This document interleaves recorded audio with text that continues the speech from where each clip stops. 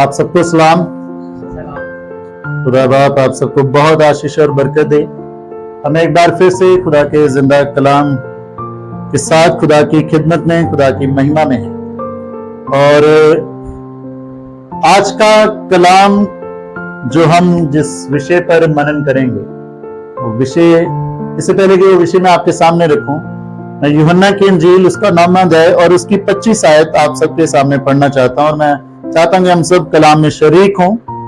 खुदा के कलाम में इस रीति से लिखा हुआ है, उसने उत्तर दिया, मैं नहीं जानता कि वे पापी है या नहीं। मैं एक बात जानता हूं कि मैं अंधा था और अब देखता हूं। मैं अंधा था और अब देखता हूं। आज का विषय जिस पर हम मनन करने के लिए जा रहे हैं, क्या मैं और आप आंखें होते हुए खुदा के जलाल को देख रहे हैं, या देखते हैं, या देख पाते हैं या नहीं। और आज के कलाम में जो बातें, जिन बातों पर आज हम गौर करेंगे, वो ये बातचीत है कि यूहन्ना रचित सुसमाचार जो 9वां अध्याय पढ़ा गया है, यहां पर हम क्या देख रहे हैं कि एक अजीज है जो जन्म से ही अंधा पैदा हुआ है। वो पैदा ही अंधा हुआ है। और खुदावंद यीशु मसीह के चेले उनको सवाल कर रहे हैं कि इसने पाप किया या इसके माँ बाप ने पाप किया कि ऐसे हुआ। तो खुदावंद यीशु मसीह ने कहा कि ना इसने पाप किया, ना इसके माँ बाप ने पाप किया, बल्कि ये इसलिए हुआ है ताकि इस बंदे में खुदा की महिमा या खुदा की महिमा के काम प्रगट हो, खुदा की महिमा प्रगट हो। ये इसलिए ये दुख, ये परेशानी, ये विपदा इस पर आई है, ये इसलिए ऐसे पैदा हुआ है। अब ये चीजें यहां खत्म नहीं होती हैं। अब ये चीजें यहां खत्म नहीं होती हैं। खुदावंद यीशु मसीह ने क्या किया, इस अंधे को चंगा किया, ये देखने लग गया। और जब देखने लग गया तो बहुत सारे लोग हैरान हुए। बात यहीं खत्म नहीं होती है। बात आगे जब हम पूरा चैप्टर पढ़ते हैं तो पूरे चैप्टर में क्या देखते हैं कि फरीसियों के साथ जब इसका सामना होता है तो फरीसियों को भी पता चलता है कि ये तो अंधा था, ये कैसे देखने लग गया। और सबसे जो क्योंकि वो कोई ना कोई ऐसी बात मानना चाह रहे थे कि जिसकी वजह से वो यीशु मसीह पर क्या लगा सके, दोष लगा सके, है ना, यीशु मसीह को घेर सकें किसी बात में। ये मैं इसलिए कह रहा हूं क्योंकि जब आप वचन पढ़ेंगे तो आप देखेंगे कि वो सब्बत का दिन था जब यीशु मसीह ने इस अंधे को क्या किया था, चंगा किया था। तो अब जो फरीसियों का ग्रुप था ना, इनमें से एक ग्रुप कहने लग गया कि ये बंदा सब्बत की जो है वो पैरवी नहीं करता है, सब्बत को नहीं मानता है, तो ये तो पापी है। फिर उसी ग्रुप में से कुछ लोग कहने लगे, यार अगर ये पापी हो तो परमेश्वर के ऐसे काम इसके द्वारा नहीं हो। और वचन में लिखा है कि उनमें आपस में ही मतलब फूट आ गई, आपस में ही वो वाद विवाद करने लग गए। ठीक है। इसके बाद जब ये बंदा सामने आता है तो इससे पूछते हैं कि तू कैसे चंगा हुआ, तो ये बताता है कि कैसे कैसे मैं चंगा हुआ, तो इसने बताया भी, है ना। तो फिर क्या है, नहीं इसको क्या पता, इसके माँ बाप को बुलाओ। वो फरीसी इसके माँ बाप को बुलाते हैं। ठीक है। अब माँ बाप क्या कहते हैं कि भाई ये कौन सा बच्चा है ना, जो चंगा हुआ है, ये कौन सा बच्चा है, इसी से पूछ लो। तो फिर उससे पूछते हैं, फिर वो बताता है। तो वो क्या कहते हैं फरीसी, ऐसे ना ये वाद विवाद चल रहा है वहां पर। तो फरीसी जब फिर एक बार फिर उससे पूछते हैं, वो कहते हैं, वो इंसान कहता है जो ठीक हो चुका है कि मुझे लगता है तुम भी उसके चेले बनना चाहते हो, है ना, जो मैंने एक बार बता दिया और बार बार क्या सुनना चाह रहे हो, मुझे लगता है तुम भी इसके चेले बनना चाहते हो। वो इस बात से खिसे आ गए, इस बात से चिढ़ गए। अब जब इस बात से चिढ़ गए तो वो उसे भी गाली गलोच या बुरा बोलने लग गए। और उस बंदे ने जो जवाब दिए हैं, मैं उन जवाब को आज खुदा के कलाम में साझा करूंगा कि जब हम, मेरी और आपकी आंखें खुलती है ना, तब हम क्या होते हैं। जब मेरी और आपकी आंखें नहीं खुली होती, खुदा, बहुत सारे ऐसे अजीज हैं क्रिश्चियनिटी में, आपको पता है, जो हम खुदा को भी सवाल कर देते हैं। कई बार, बहुत दफा जब हमारी कोई आस उम्मीद या किसी दुख परेशानी से छुटकारा नहीं हो रहा था, तो हम खुदा को सवाल करते हैं। पता है, खुदा को सवाल करते हैं लोग कि अगर खुदा जिंदा है तो हमारे साथ ऐसा क्यों हो रहा है। और आज हम देखेंगे, क्योंकि खुदावंद यीशु मसीह ने भी कहा कि वो आंखें होते हुए भी देख नहीं सकते या नहीं पाए। तो हमें देखना कि हम कौन है, और आज का कलाम आंखें खोलने वाला है खुदा की महिमा के प्रति, खुदा की सामर्थ के प्रति और खुदा के जलाल के प्रति। तो आज मैं सबसे पहले अंधेपन की बात करूंगा। सबसे पहले मैं बात करूंगा अंधेपन की। अंधापन इज सिंपली की इनएबिलिटी टू सी, है ना, जिनमें देखने की योग्यता नहीं होती, पावर नहीं है, देखने की क्षमता नहीं है, सामर्थ नहीं है। अच्छा, जब कुछ यहां पर जो हम केस देख रहे हैं, यहां पर तो ये बेचारा पैदा ही अंधा हुआ है, पैदा ही अंधा हुआ है। आपको पता है ऐसे बच्चों को क्या कहते हैं? जो मेडिकल लाइन में कुछ बच्चे ऐसे होते हैं जो बोलने में थोड़े असमर्थ होते हैं या कुछ भी ऐसी प्रॉब्लम उनके में आ जाती है, अगर मेडिकल लाइन में उसको शायद डाउन सिंड्रोम भी कहते हैं। तो इसमें क्या होता है कि बच्चे जब मां के पेट में ही होते हैं तो प्रॉपर वे में उनके अंग जो नहीं बन पाते, प्रॉपर वे में उनके अंग नहीं बन पाते। तो ये बच्चा पैदा ही अंधा हुआ है।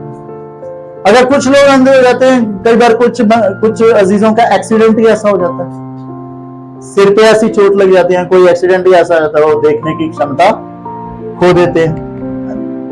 कुछ लोग जब बुढ़ापे में कुछ ज्यादा बुढ़ापा आ जाता है ना, कुछ ज्यादा ही उम्र के हो जाते हैं, तो कई बार क्या होता है कि बुजुर्गी के वजह से भी, है ना, आंखों में वो पावर नहीं रहती है। और कुछ लोग मतलब बीमारी की वजह से, जैसे मैं पढ़ रहा था स्मॉल पॉक्स, उसकी वजह से भी कुछ लोग देखने की क्षमता, या ग्लूकोमा की वजह से भी देखने की क्षमता क्या कर लेते हैं, लोग कमजोर हो जाते हैं, खो जाते हैं।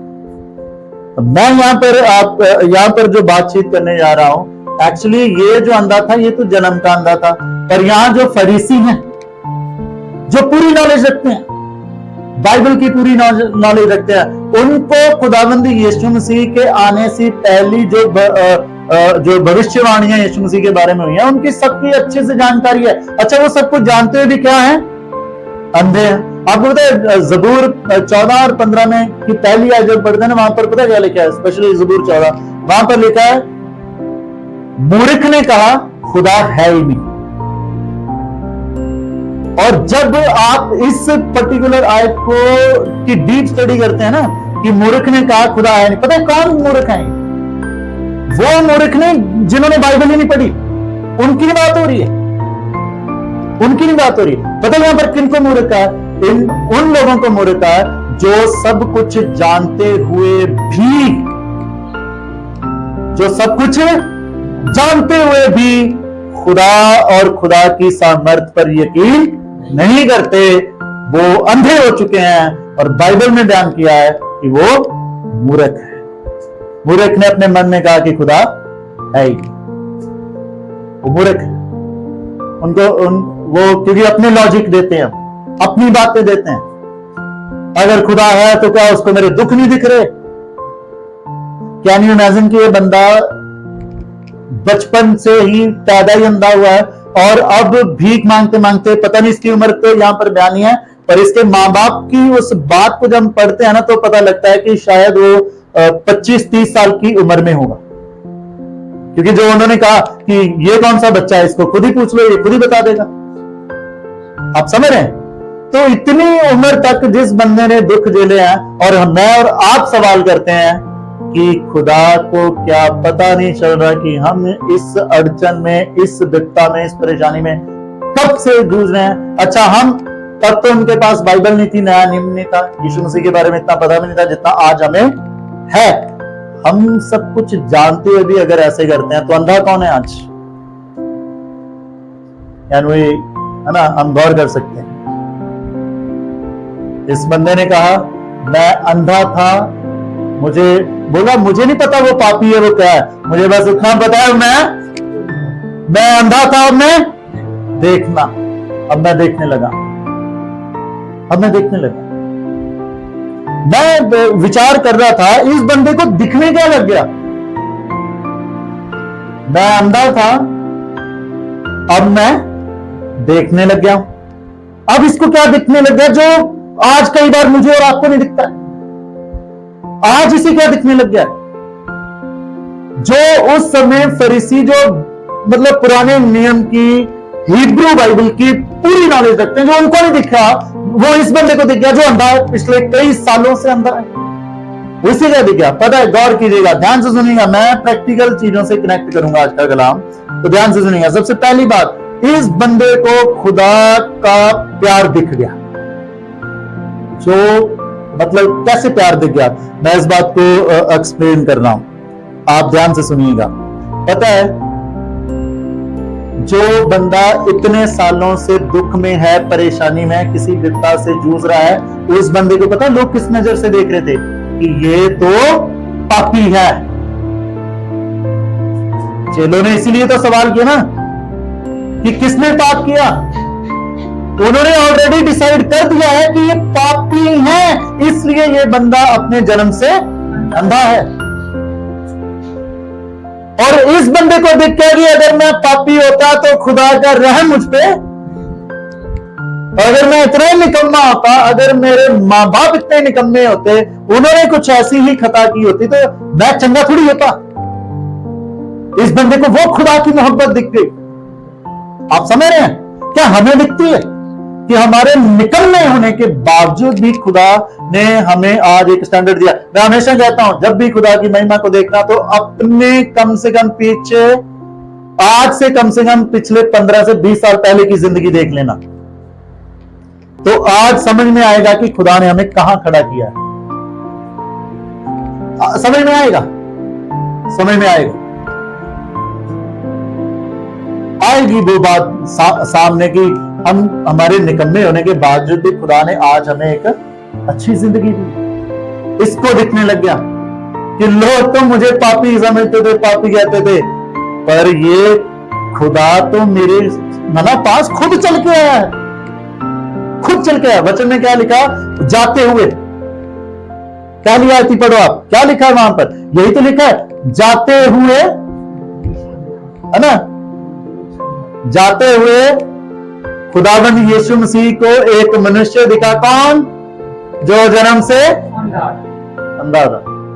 ये थोड़ी क्या है, आप समझ रहे हैं यार? खुदा ने आकर के मुझ पे अपनी दया, उसे ये दिख गया कि यार लोग भले मुझे कुछ भी कहते हो, पर मैं कुछ तो हैसियत अपने खुदा के सामने रखता हूं कि खुदा का फजल मुझ पे हुआ है कि मैं, मेरी शर्मिंदगी खुदा ने दूर कर,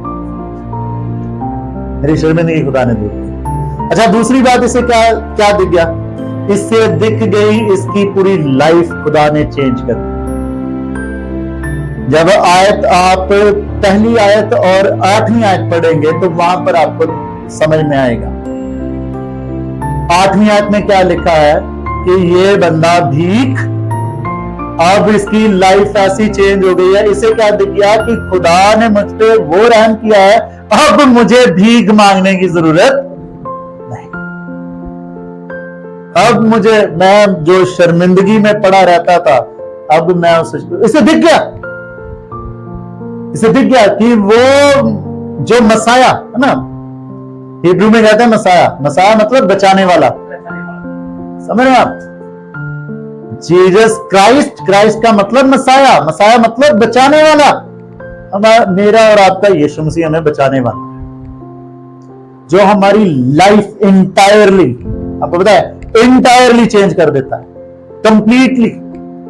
हम हो सकता है शर्मिंदगी, पर वो सदा नहीं पड़े रहेंगे। मैं हमेशा कहता हूं, खुदा के लोग कभी भी एक जगह टिके नहीं रहते, वो ग्रो करते हैं। खुदा के लोग वो ग्रो करते हैं, वो बढ़ते हैं, उनकी औलादें बढ़ती हैं, उनकी पीढ़ियां बढ़ती हैं, वो नहीं टिके रहते जगह पर। अगर कोई टिका है तो वो अपनी जिंदगी को जांच ले, वो देख ले, वो देखे, ये तो अंधा था, ये देखने लग गया। आज हमारे पास सब कुछ होते हुए भी बाइबल है, वचन है, क्या हम देख पाते हैं खुदा के फजल? अच्छा, नेक्स्ट चीज इसे क्या दिख गई? मैं इसके लिए चाहूंगा कि हम यूहन्ना 9 उसका 33 आयत पढ़े। वहां पर इस प्रकार लिखा है, यदि ये व्यक्ति परमेश्वर की ओर से ना होता तो कुछ भी नहीं कर सकता। इसे क्या दिख गया कि यह यीशु मसीह आम इंसान नहीं है। ये कौन है? ये परमेश्वर की ओर से भेजा गया परमेश्वर का जन है। इसे समझ में आ, हमें लगता होगा कई बार अपने दुखों के सामने कि यार खुदा भी है ना, कई बार कुछ लोग बोलते हैं खुदा भी लगता है हमसे दूर ही हो गया। और यहां पर बहुत ही बेहतरीन बात इस अजीज ने बोली है इसे, क्योंकि जब इसने क्या कहा, मैं अंधा था अब मैं देखने लग गया। क्या देखने लग गया? मैंने 3 बातें आपके सामने रखी हैं अभी। जब ये ठीक हो गया तो इसे क्या दिखने लग गया? सबसे पहली बात, खुदा की मोहब्बत दिखने लग गई। वो हमारे गुनाहों को नहीं बल्कि हमें देखता है, हमसे प्यार करता है, हमें वो पड़ा नहीं रहने देगा। लोगों को लगता होगा कि इनको ये आशीष क्यों नहीं मिल रही, क्योंकि ये पापी हैं। लोगों को लगने दो, लोग जो बोलते हैं बोलने दो, पर हमारा खुदा जो है हमारी इबादत को, हमारे विश्वास को जो हम उस पर रखते हैं वो देखता है, और एक दिन वो हमारी शर्मिंदगी को दूर करता है, जैसे इस जन्म के अंधे की शर्मिंदगी को दूर करा है। फिर दूसरी बात, इसे क्या दिखा कि मेरे खुदा ने मेरी पूरी लाइफ ही बदल दी। मैं कहां भीख मांगता था, शर्मिंदगी में पड़ा रहता था, आज मैं क्या हो गया, ठीक हो गया हूं इस कदर कि मुझे भीख मांगने की जरूरत नहीं है। फिर इसे क्या देख गया कि जिसने मुझे ठीक किया है वो खुदा है, वो परमेश्वर का बेटा है। हमें दिखता है, हमें है ना, हमें देखना है। अब मैं आपके सामने कुछ ऐसी बातें रखने के लिए जा रहा हूं, क्योंकि जब बातचीत हो रही है यहाँ पर, जो ये अजीज बोल रहा है कि मैं अंधा था मैं देखने लग गया, और मैंने बातचीत करी कि कई बार हमारे हाथ में बाइबल होते हुए भी, ज्ञान खुदा का होते हुए भी, हम ऐसे बिहेव करते हैं अंधों की तरह। हमारी बातें, हमारा बिहेवियर ऐसी बातें करते हैं। पता है हम कब अंधे हो जाते हैं? जब हमें खुदा का जलाल नहीं दिखता, जब हमें खुदा अपना कम सामर्थ्य नजर आने लग जाता है। आइए अब उन बातों पर गौर करेंगे और हम पढ़ेंगे। सबसे पहली बात मैं आपके सामने रखना चाहता हूं, 3 अध्याय और उसकी 19 आयत में आपके सामने पढ़ूंगा। हम गौर करेंगे कि हम कब खुदा की दया के प्रति, कब खुदा की सामर्थ्य के प्रति, कब खुदा के जलाल के प्रति हमें दिखना बंद हो जाता है। लिखा है यहाँ पर 3 अध्याय और उसकी 19 आयत में, और दंड की आज्ञा का कारण यह है कि ज्योति जगत में आई है और मनुष्य ने अंधकार को ज्योति से ज्यादा प्यार किया।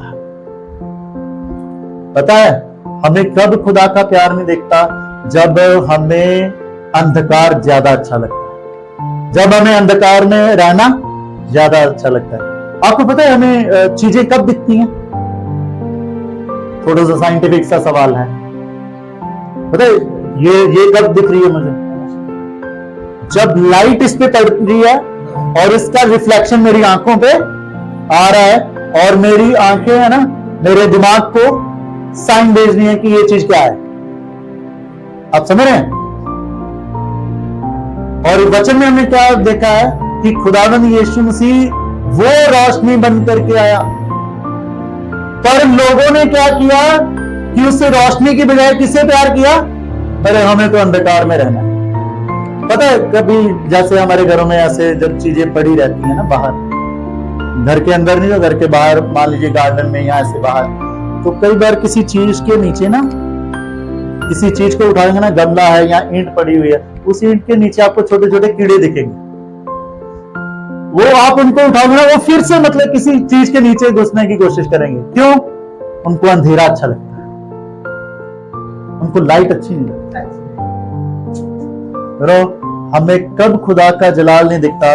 जब हम उसकी रोशनी में रहना पसंद नहीं करते, जब हमें अच्छा ही नहीं लगता, जब हमें अच्छा ही नहीं लगता कि हम वचन पढ़ें, जब हमें अच्छा नहीं लगता कि हम दुआ करें, जब हमें अच्छा नहीं लगता कि चलो कुछ समय हम खुदा की बातें सुन लें, तब हमें अच्छा लगता है कि क्यों ना हम टीवी देखें, क्यों ना हम और बातों में मशरूफ।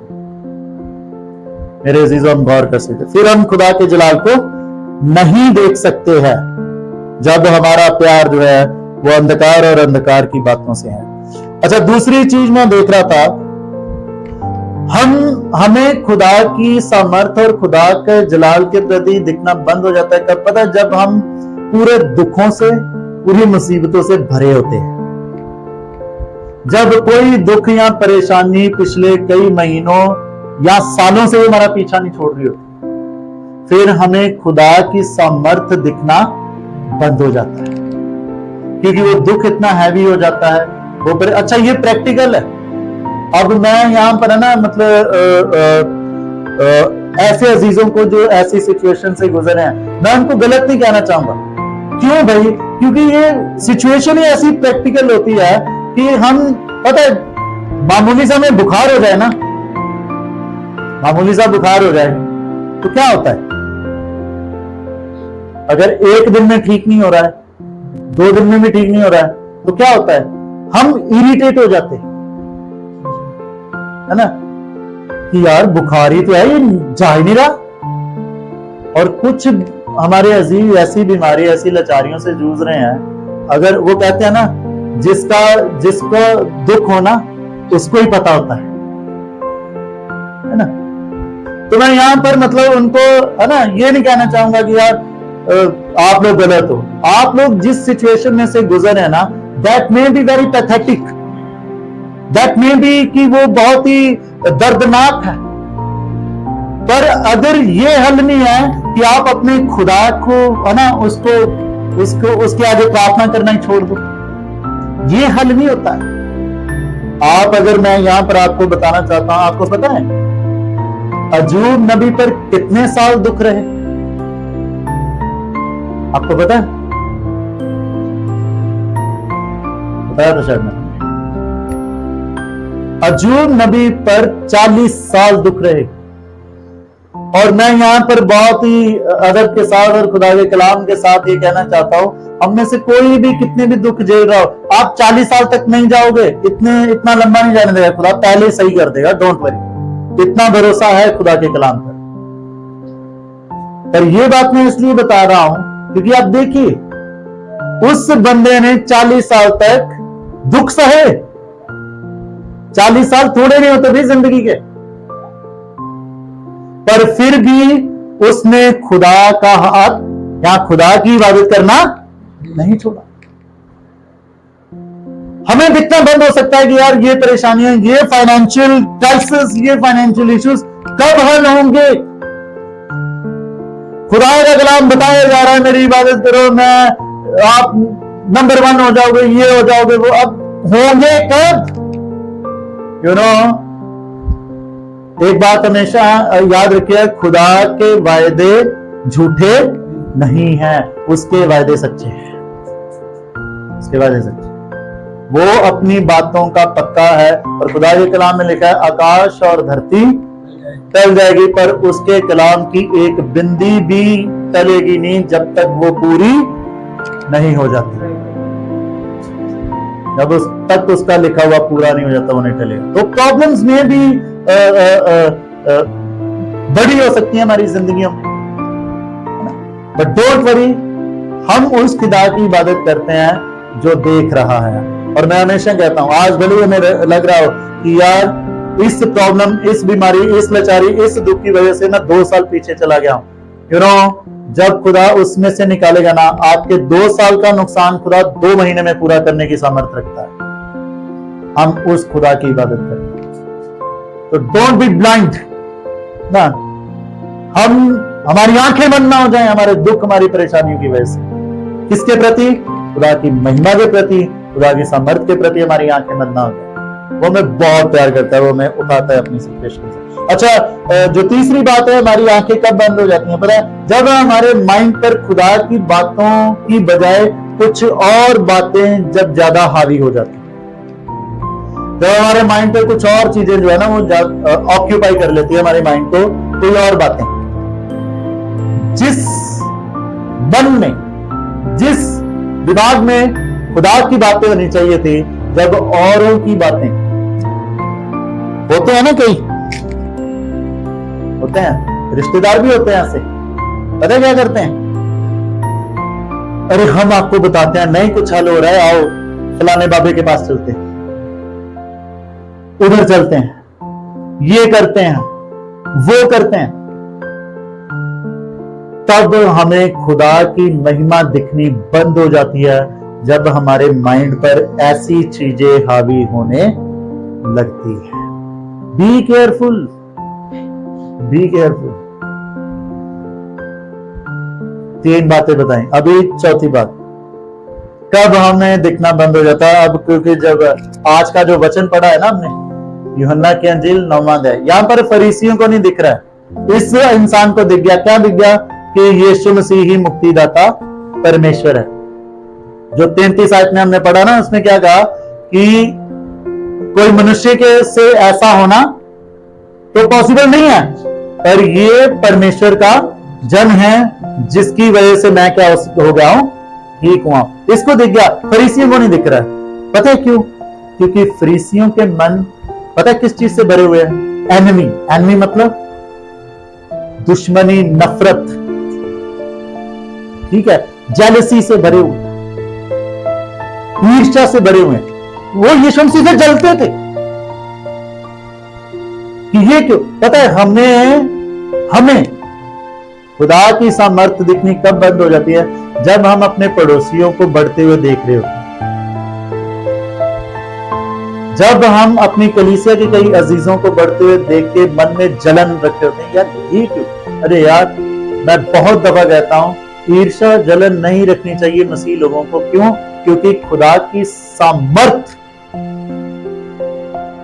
हमारे मन जब ईर्ष्या या जेलसी से भरे हुए हैं, वो हमारे जीवनों में काम नहीं करते, हमारे जीवनों में काम नहीं करते। आपको पता है शाऊल जेलसी से भर गया कब?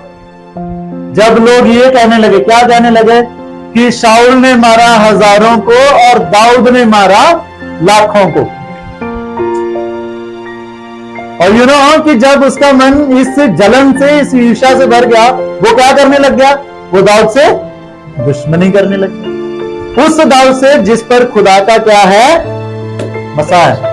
तो डोंट बी जेलस। हो सकता है जिस बंदे को, जिस रिश्तेदार को आप बढ़ते हुए देख रहे हो, वो खुदा की ओर से बढ़ रहे हैं। आप ईर्ष्या करके खुदा से, है ना, माथा लगा रहे हो अपना। समझ रहे हो माथा लगाने का मतलब? माथा लगाने का मतलब समझते हो ना? कि खुदा से कंपटीशन करने की कोशिश कर रहे हो। Are you getting the point? फिर हम अंधे हो जाते हैं, हमें दिखता नहीं है कि खुदा अगर उनको बढ़ा रहा है तो खुदा हमें भी, हम भी तो उसके लोग हैं। एक दिन आएगा कि खुदा हमें भी बढ़ाएगा। और लास्ट में मैं एक बात कहना चाहता हूं। मैं चाहता हूं कि हम यूहन्ना की अंजील उसका 11वां अध्याय उसकी 9वीं आयत पढ़े। यूहन्ना 11 और उसकी 9वीं आयत पढ़ेंगे हम। वहां पर खुदा का कलाम हमें क्या यहां पर लिखा है?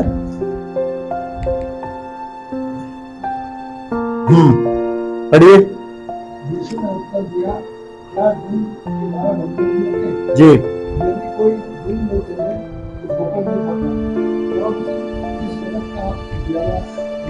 यदि कोई किस में चले? दिन में चले तो ठोकर नहीं, है ना? यदि कोई दिन में चले तो ठोकर नहीं खाता, क्योंकि इस जगत का उजाला देखता है। आप समझ रहे हैं? यदि कोई दिन में चले तो ठोकर नहीं खाता, क्योंकि वो किसमें है? वो रोशनी में है, वो उजाले में है।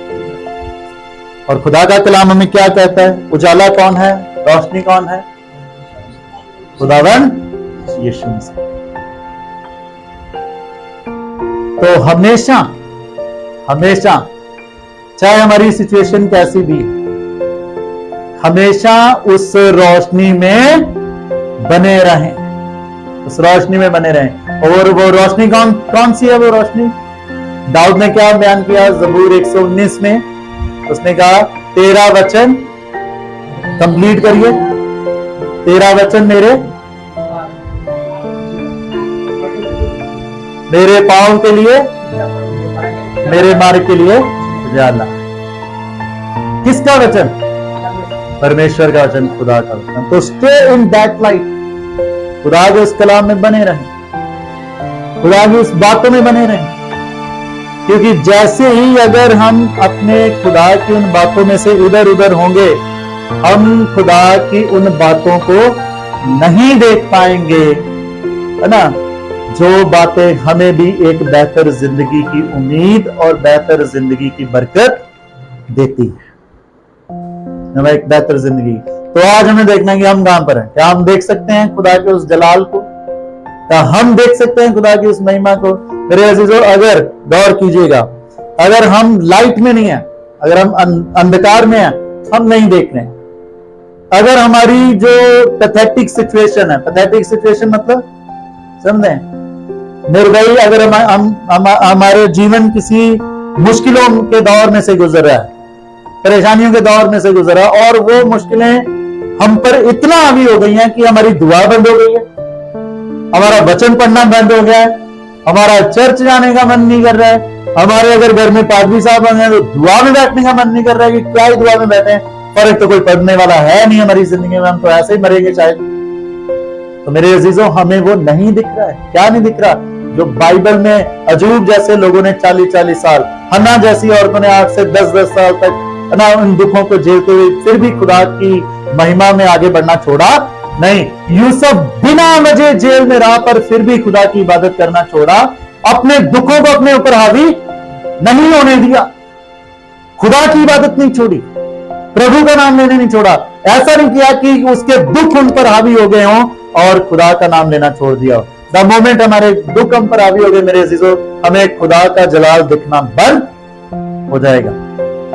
तीसरी बात जो मैंने बताई थी कि जब हमारा माइंड जो है वो दूसरी खुदा की बातों की बजाय दूसरी बातों से भर जाता है, तो भी अगर कोई हमें बाहर की खुदा के कलाम की बजाय बाहर की बातों से तो नहीं भर रहा कि अगर तुम्हारा खुदा ठीक नहीं कर पा रहा तो आओ तुम्हें मैं इधर लेके जाता हूं, आओ ये कर लेते हैं, आओ वो कर लेते हैं।